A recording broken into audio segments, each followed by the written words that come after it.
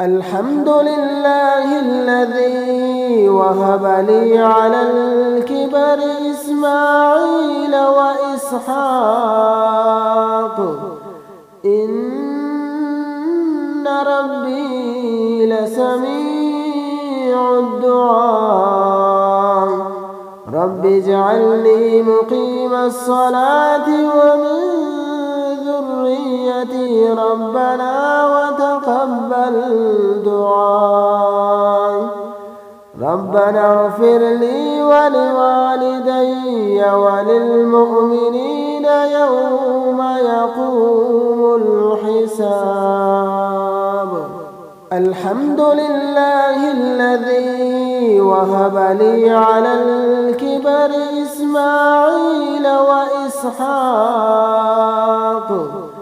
إن ربي لسميع الدعاء رب اجعلني مقيم الصلاة ومن ذريتي ربنا وتقبل دعاء ربنا اغفر لي ولوالدي وللمؤمنين يوم يقوم الحساب.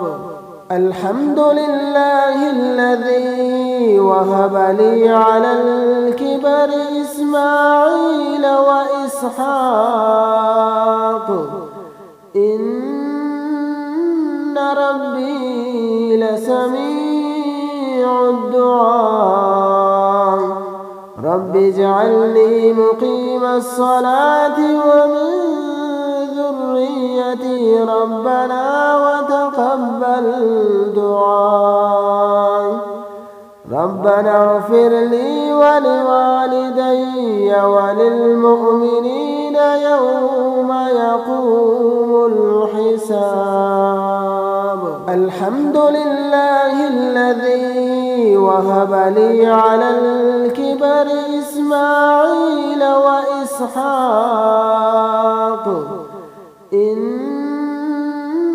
ربي لسميع الدعاء رب اجعلني مقيم الصلاة ومن ذريتي ربنا وتقبل دعاء ربنا اغفر لي ولوالدي وللمؤمنين يوم يقوم الحساب.